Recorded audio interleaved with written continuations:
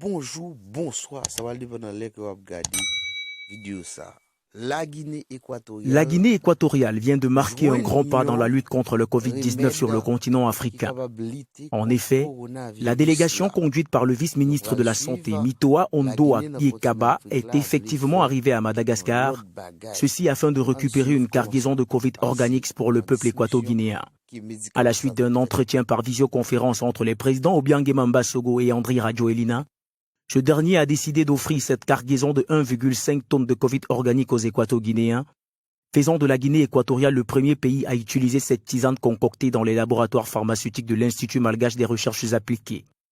Alors même que la communauté internationale et l'OMS restent dubitatives quant à la trouvaille des chercheurs malgaches, le président Obiangema, par cet acte panafricain, vient encore rappeler qu'il est désormais temps que les Africains prennent eux-mêmes leur destin en main. Il est désormais temps de favoriser la compétence et la coopération africaine.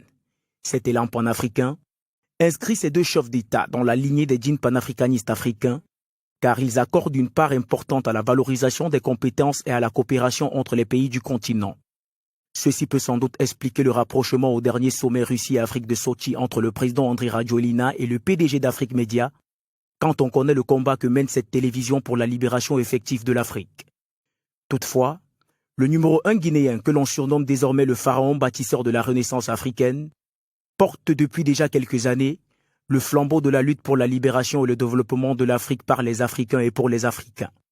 C'est dans cette optique que Mitoa Ondo, au nom du président Obiang, a exprimé sa reconnaissance et son soutien à l'endroit de la nation et des chercheurs malagasy pour les efforts fournis ayant permis de trouver ce remède curatif et préventif contre le coronavirus.